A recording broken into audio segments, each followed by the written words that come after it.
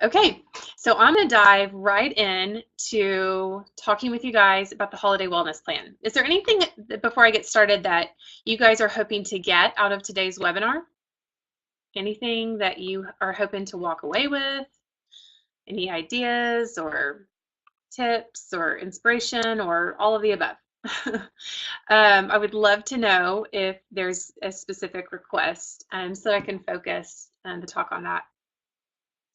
But just to dive in, here's the deal with the holidays. I think for all of this, it's overwhelming. You feel the guilt. Yes, enjoying yourself without guilt. How to stay organized to get everything done. Love it. Okay. Keep throwing out your questions if you have any. I can answer them as I go, and I definitely have some time at the end of the presentation to answer more questions.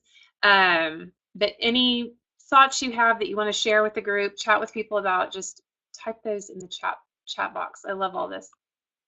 So, but no matter who you are, here's the deal with the holidays. There are parties.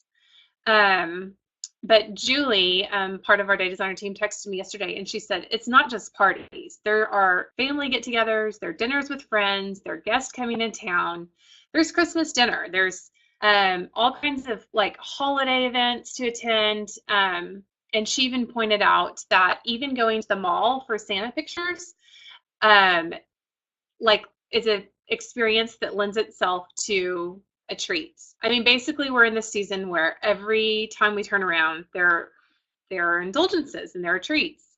And it is chocolate and candy and sugar and alcohol, and it's all delicious and fun. Office parties, and then the fact that there are a lot of food-related gifts. And I don't know about you, I feel like there are three main things that I'm always trying to make sure are in balance in my life, and that is my health, which involves nutrition. And oh, I love Dana says, how do I explain to my friends and family that I need alone time too? Oh, if I don't talk about that more during this webinar, remind me. I'm an introvert. I could talk about that. The me time. Oh, wow. I see that a lot in those comments. So my three categories that I focus on are my personal health. Am I getting enough sleep every night?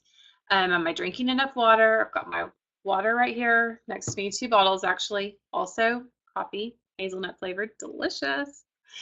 So health, my finances, like how do I let that not get out of control? That's not necessarily a wellness thing as much as it is just a balance thing.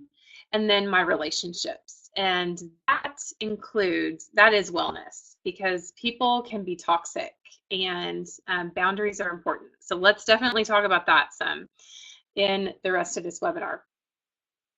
So I want to talk to you really quickly about why we need a plan for wellness during the holidays. And big reason is that studies show that we are more likely to achieve our goals when we do two things. Number one, envision ourselves achieving that goal. And then number two, envisioning ourselves overcoming obstacles that might come up in trying to achieve that goal. So the first time I heard about that study, it blew my mind, because I think we all envision achieving our goals, but very rarely do we stop and plan for like what's going to go wrong and develop a plan. We develop a plan for achieving the goal, but we don't develop a plan for tackling the obstacle. So this is our plan for dealing with the obstacles the holiday season is going to throw us, and keep, not just prevent us from possibly achieving our goals this year, but even just kind of like backsliding, losing progress that you've made on wellness goals during the year. Now, I'm not advocating at any point in time that this is the best season to start a weight loss plan or an exercise routine, or even to start saving money. But I do think it's still very important to implement a holiday plan, a holiday wellness plan, not to make major changes in your life, but just to be prepared for when those obstacles arise.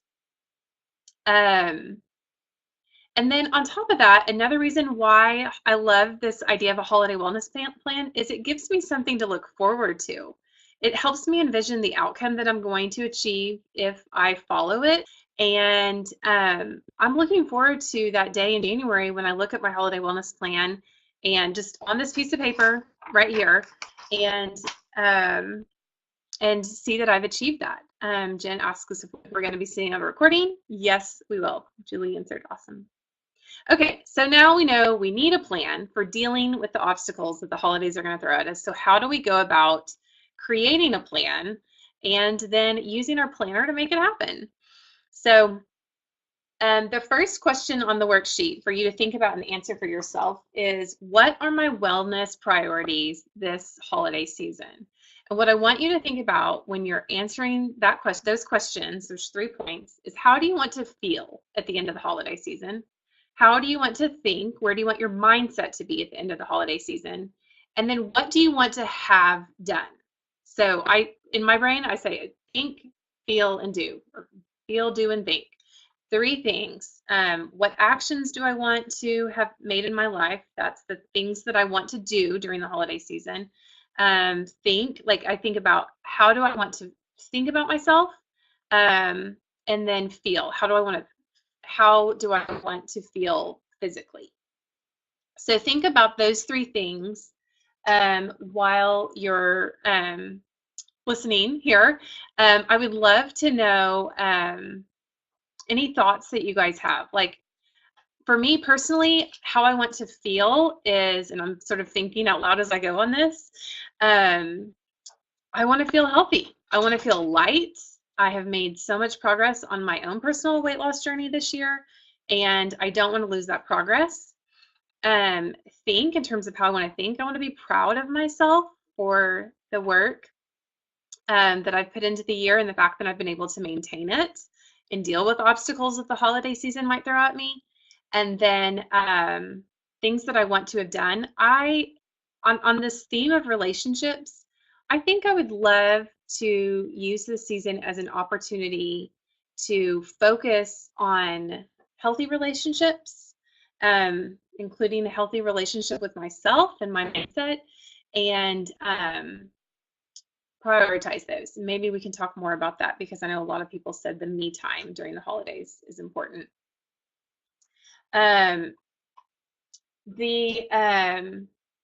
So once you have written down, okay, wait, Caitlin says, how do I stay calm and collected when I can't find the perfect planner for everyday life as a graduate student? That's funny. I mean, it's not funny. I don't have an answer right off the top of my head. So once you have those think, feel, and do goals, those are like little mini goals that for your holiday wellness plan. So once you've identified what you want to accomplish, the next thing that I want you to think about is I want you to identify your favorite holiday indulgences.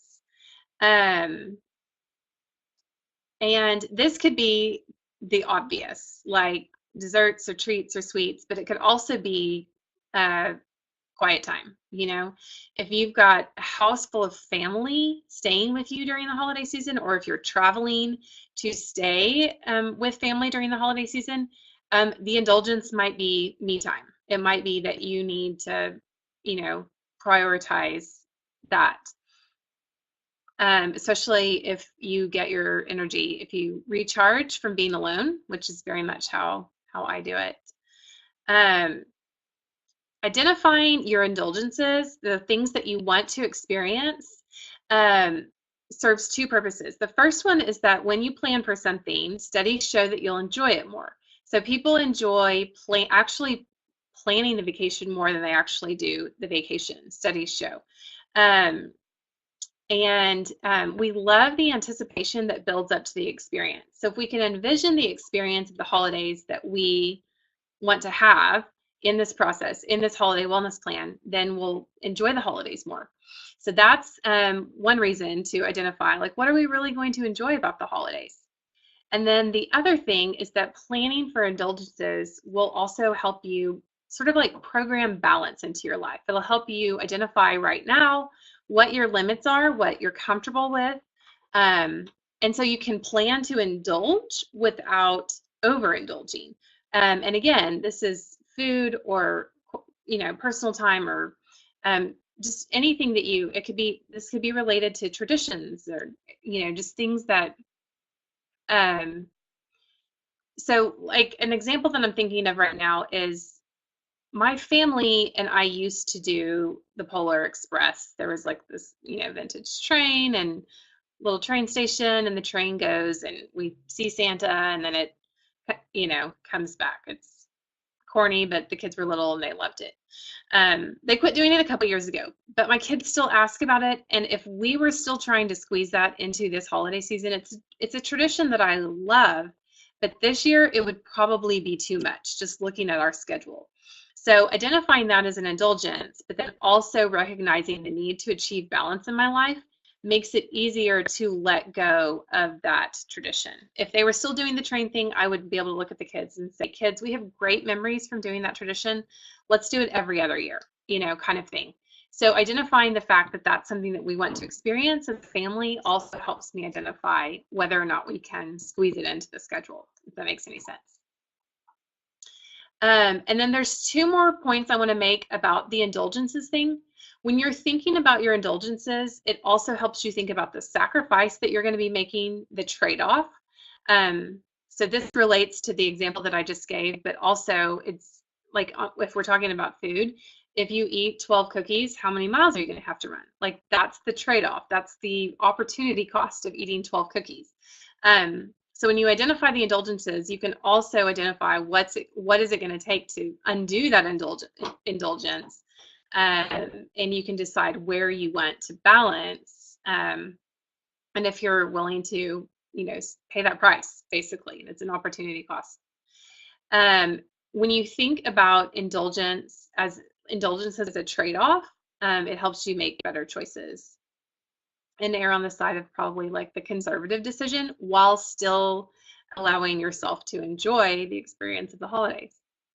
And then the last point that I want to make about indulgences is think about making one of your indulgences a January victory. Like, how is it going to feel if you get through the holiday season having maintained your holiday wellness plan or your goals? So that's going to be one of my indulgences this holiday season is I want that good feeling in January that comes from having followed my holiday wellness plan. If that makes any sense, and I think it does. Let me know if I can explain anything better. The example I sort of think about on this is when I go to eat in a Mexican restaurant and they put the basket of chips down in front of me, the second I eat one chip, it's all over. Like you can't just eat one chip. I'm gonna eat, 18. So I'm gonna actually apply that philosophy to my holiday season and indulgences. Like how many chips am I going to let myself eat out of the basket? And for me, it's better to just not eat any chips at all. But thinking about the indulgences helps you identify what those things are for you. Okay, next question is, what are some healthy habits that you want to maintain or establish? Now, really quickly, I want to talk about establishing the new habits first. Like I said before, the holidays are probably not the best time to start a new diet or workout plan or a savings account, but that doesn't mean that you can't start laying the foundation for those goals in the new year. You don't want to set yourself up for failure or unrealistic, or you don't want to program yourself for expectations that are unrealistic, things that you're not going to be able to achieve. So don't shoot for the moon and try to start anything majorly new. But by identifying any new habits that you might want to establish in the new year, you can start to lay a good foundation for making those things happen. The next point I have to make is, I'm reading my notes and the UPS guy's coming. I'm at the Days Honor office. The holidays are definitely a time when you'd like to make sure that you want to maintain all the healthy progress you've made so far in the course of the year. So like Latasha just said, I want to make sure I don't go off the rails with the habits that you've already built this year. And this is the crux of having a holiday wellness plan. So the question is, how do we do that? We've identified how we want to our little mini goals. How do we want to feel? What are my wellness priorities this holiday season? What are my favorite holiday indulgences? And if you're just now joining us, there is a printable notes page worksheet that went out in the email, and that will probably be sent out with the recording as well, so that you can take notes and follow along. So we've identified your wellness priorities. We've identified your holiday indulgences, so you know what you want to plan for. So the next thing that we're on right now is, what are the healthy habits we want to maintain or establish? So this is where my planner comes in. I basically use I use my planner to, especially in a season like this. I'm gonna get all, and I haven't done it yet, but I'm gonna get all of my party invitations, kids programs, traditions, everything, and I am going to sit down here in the next couple of days, and I'm going to fill this out to the max, probably with red and green because it's Christmas. Why not, right? And in that, I want to include the healthy habits that I want to establish or maintain. So examples of that could be like continuing to drink enough water, maybe even up my water intake. That would be, it's not a whole new workout program. It's not a whole new regimen. That is a goal that I could start. That's a foundational goal. It's a keystone habit. It's a habit that will domino, that there will be a chain reaction effect if you start to, for me, drinking water is one of those habits. It makes everything else much healthier if I'll just start that.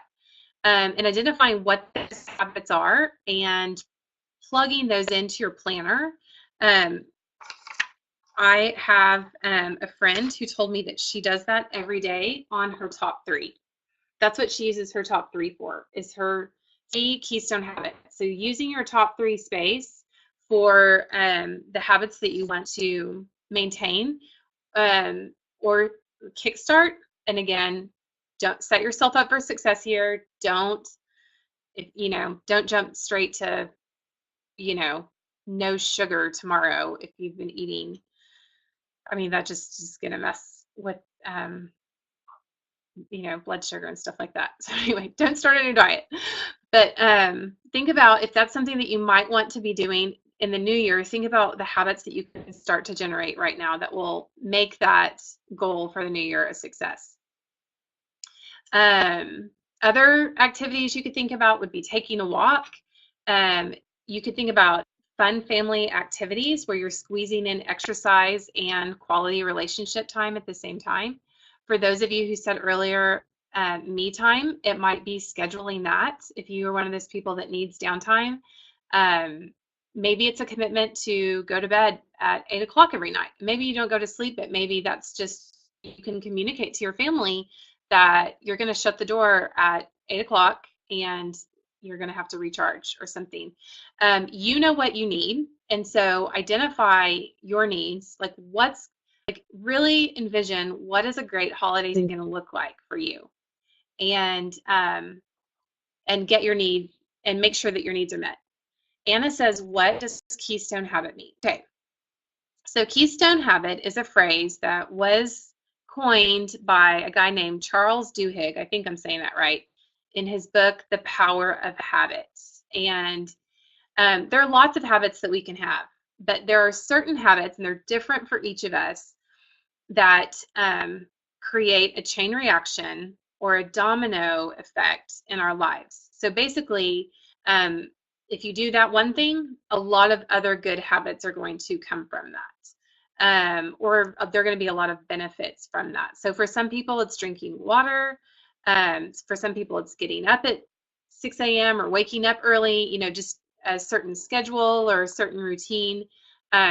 This is a funny example, but for my husband, it is a huge keystone habit for him. He brushes his teeth the first thing every morning.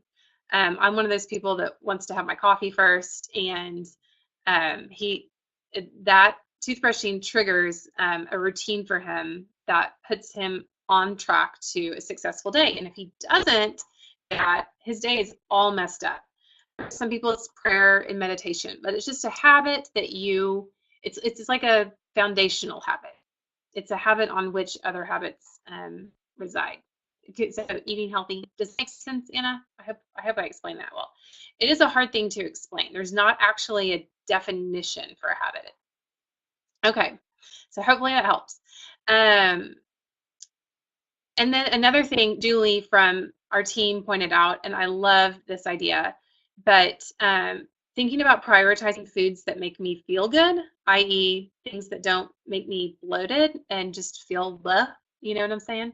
So I love the idea of prioritizing that, just the choices of food, if you know what your body responds to, planning for that stuff. Okay, so once you've identified your favorite indulgences, the things that you want to enjoy this holiday season, and you've identified the habits that you would love to implement or maintain, it's time to plug those in their planner, like I was saying. Put the parties, the events, the get-togethers, anything that is going to be important. This is actually one of the times where I think I would advocate for not over planning, but maximum planning. There is just so much happening, and I like predictable stuff. I don't like surprises. So for me, whenever I sit down to do my December plan, I will put in all my client appointments, consulting calls, webinars, Instagram posts. I mean, my planner will be loaded because I know I'm getting ready to be too busy to plan at all. And I would rather give myself grace and cross something off if it doesn't get done than, get to the end of the day and be like, oh shoot, I forgot about that. So this season for me, I alternate a lot of times between my daily and my today and to do, which I also have sitting here. I use this one sometimes. This season, I got to have the daily. Like there's just so much stuff going on. So put anything that you want to accomplish in your planner, including any of those keystone type habits, anything you want to maintain or establish. Okay, then after you do that, the next thing I want you to do is to envision any obstacles that you might come across, because that is going to give you your personal recovery. Once you envision possible obstacles, like say it's the work Christmas party or that trip to the mall with Santa or something, just envision where your plan might potentially go off course. And I know it sounds counterintuitive to think about any points of failure, but you're really just trying to recognize the weakest link in your plan. And I promise it's going to make your plan more solid to envision those things. And then, fourth question is develop a recovery plan. Your recovery plan, so examples of recovery plan could be, I'm looking at my notes here. If you're traveling and you need certain foods, like if you're doing a road trip or even on a plane, taking a cooler or something, you probably can't take like ice on a plane or something like that. But just stocking up, like taking cheese sticks or like healthy things you can eat, so that you're not stuck in an airport and starving, or stuck at a gas station and can't find anything but almonds or something. I don't know. That's the only thing I feel like I can eat at a gas station.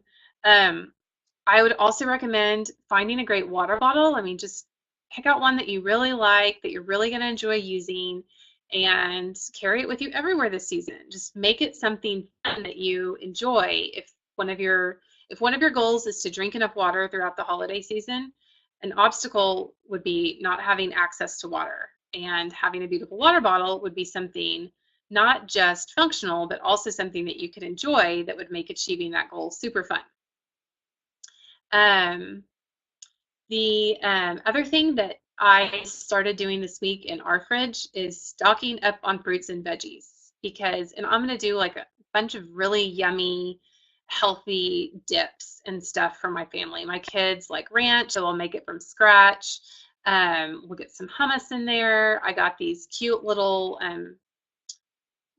clear little organization bins. You put like celery and carrots and all that. So I mean, we're gonna, and I've already done one for cheese sticks in the fridge. There's going to be, there are going to be cookies, but there are also going to be plenty of veggies and fruits as well. So those are some examples of recovery plans. Being prepared when you travel, the beautiful water bottle, stocking up on fruits and veggies.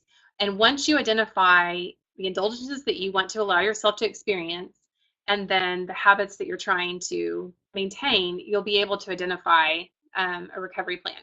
And on indulgences, you need to let yourself experience something. It's about planning for indulgences so that we don't end up overindulging. Overindulging. I'm trying to say overindulging while reading Christina's comment about Ina Garten's Green Goddess dip is amazing, and that does sound amazing. So we'll have to try that. Okay, that's it. I can answer any questions that you guys might have. I saw a question up there about, do I use a digital planner as well? And I do. My husband and I share a calendar on Apple on my Mac, and we would not survive without that. It's a form of communication. So I do use that to put family stuff on the calendar. But I have to write stuff down. If I don't write stuff down, I'll get on the phone and I'll have to start making a list. And I actually use my planners a lot to make lists. So like this one is, let me see if I can find an example. This one I've done like work stuff in blue and then personal stuff in purple. My schedule is not always super full, but I'll have a lot of tasks to do. And so I use the notes sections, and then if I have nothing actually scheduled for the day, I'll just use the schedule section to take notes. And I love it because I can, have a date on the top of the page. What about getting overbooked and having a hard time saying no to friend and family events? Okay, Rachel, this is going to sound weird. My answer to this is you have to take care of you. And to take care of you, I mean, you need to make sure, it's basic physical human needs. Are you getting enough water? Are you getting enough sleep? Are you getting enough recharge time? Sleep can count as recharge time. For me, it sure does. But I also need some just quiet processing time. But you need to kind of be selfish about that stuff. Those things are the big rocks. Most people have heard of the big rock analogy where you've got the jar, and if you put, there's nothing fits, but you put big rocks, then you can put gravel, and then you can put sand, and then you can put water. You can fit all of these things in the jar if you've got your big rocks in place. So your big rocks are your basic human needs. Those are your biggest rocks. And so I would say make sure that you are taking care of you, that you're getting your water, your sleep, nutritious food in place. Make those things your priority, and that just don't, like, if somebody says, hey, I need to, why don't you go do this? I mean, people might get mad, but from personal experience, and then I know from listening to, coaches and people reading books and stuff for years, that ultimately establishing boundaries will build respect around the people. So the first time you say no, it's going to be, my husband can't say no to anything. So we did a bunch of therapy a couple years ago, and he learned how to say no. And the first time he did it was really hard. It's not hard anymore. So it gets easier once you do it. There's a great book by Dr. Henry Cloud called Boundaries. it will empower you to say no. So I recommend reading that. Okay, Lauren says, I love the idea of plan ahead rather than getting too busy to plan it all. Okay, I love that. Rachel says, okay, thanks. Love that that was a light bulb moment for you, Lauren. Particular brand of pen. Okay, this is new, guys. This is new for me. If you've been following me at all, you know that I love the Pilot G2s, but there is a new pen out that I like more. And I have not invested in a stock of these yet because I still have a lot of Pilot G2s that I need to use up. But it's the Toomey pen. And let me see if I can find it and post a link really fast.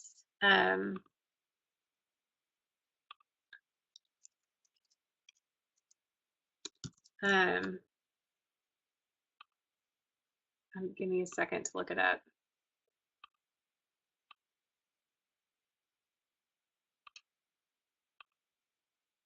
Looking up things and recording things at the same time.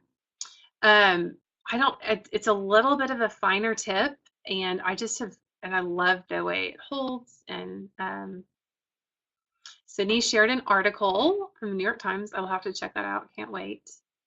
Can I talk about Today and To Do versus the Day Designer Planner? I can. I'm going to find these pins. So I use both. I have my Today and To Do, and also my daily. I have switched to the July, the one that ends in the middle of 2019. I typically switch every 6 months on my daily. I like to be able to have the runway in planning ahead. Okay, I'm almost to links. Hang on, almost to pin links. I don't know why this is taking so far so long. Well, it's just taking long because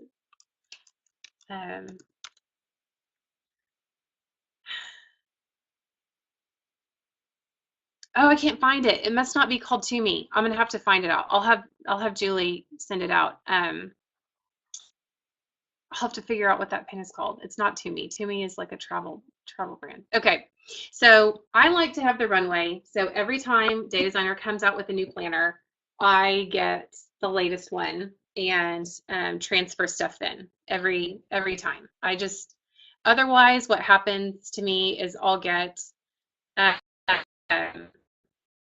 to the end of a planner and I'll need to schedule something else and I won't have it. So I'd rather just start fresh twice a year, basically. The Today and To Do is, so this is dated and it's daily. We do have a version available through Staples and Office Depot. This is the flagship. Like this was the original. This is the thing this is what started the whole thing.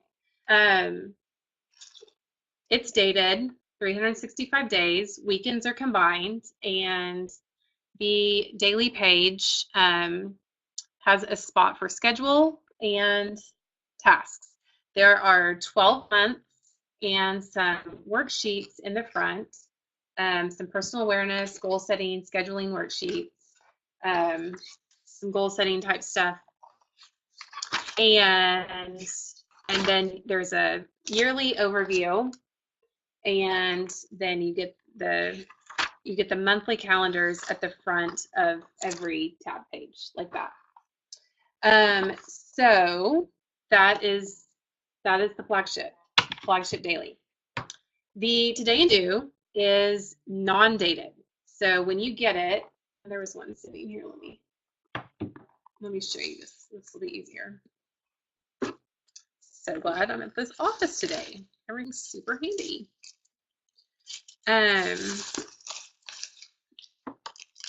Okay, non-dated. So when you open it up, it smells new. Love that. It has all the same goal setting worksheets as the Day Designer, flagship Day Designer. And then here's the monthly page. So it is non-dated. You have to write your dates in yourself. And what I do whenever I set this up is I actually write, like if the month ends right here, I go ahead and start my next. So I'll just write over here, I'll just write, January down here at the bottom. You guys see that? So I'll write January over here in the notes column, and I'll start January on this row. And when I do that, I can actually get 14 months onto 12 months of these monthly planners. So that gives me a little bit of that runway that I love so much in planning.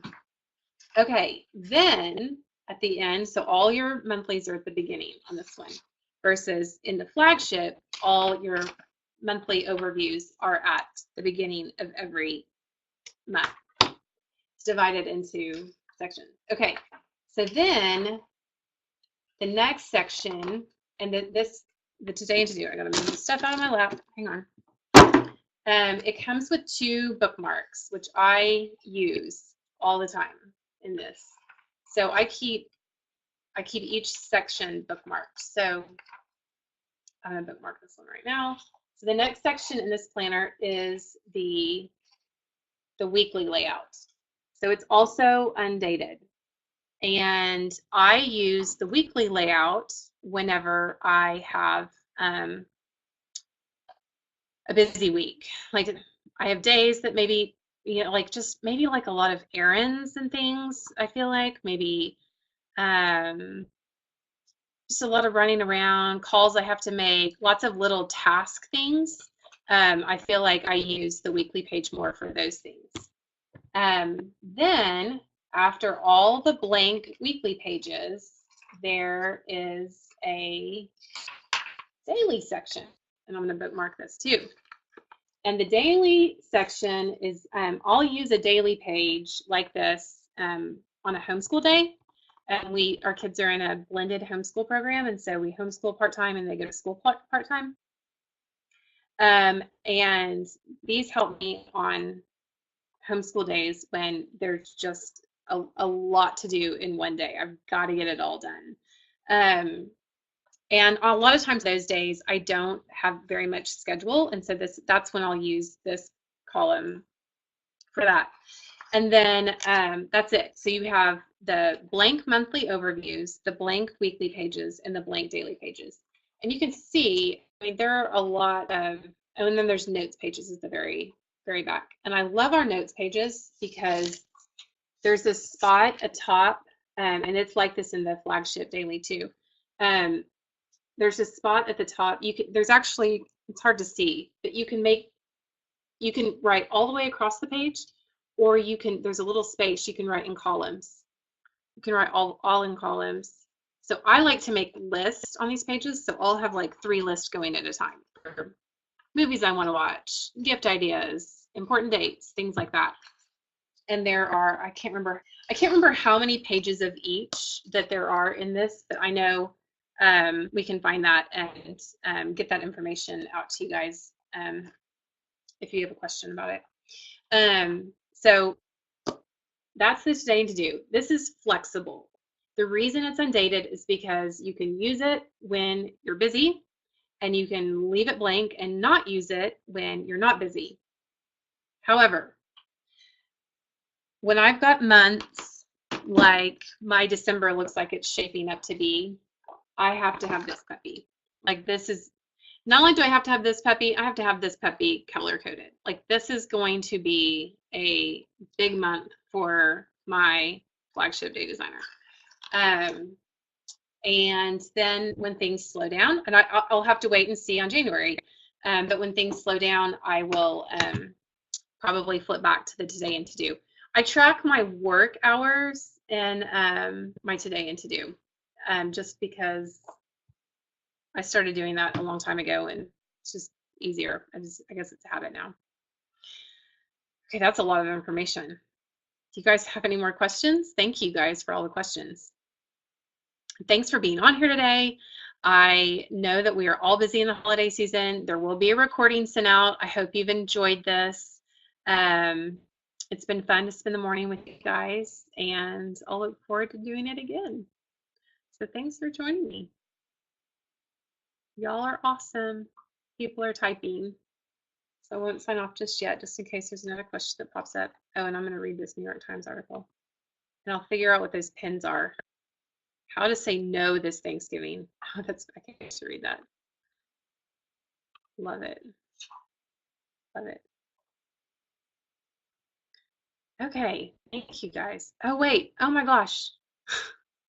I just realized I wasn't scrolling down on today on the questions. Okay, if there's any questions I haven't answered, I'll look at them and we'll answer them on the next webinar and probably in a blog post too. So I'm signing off now. Thank you guys so much. Bye-bye.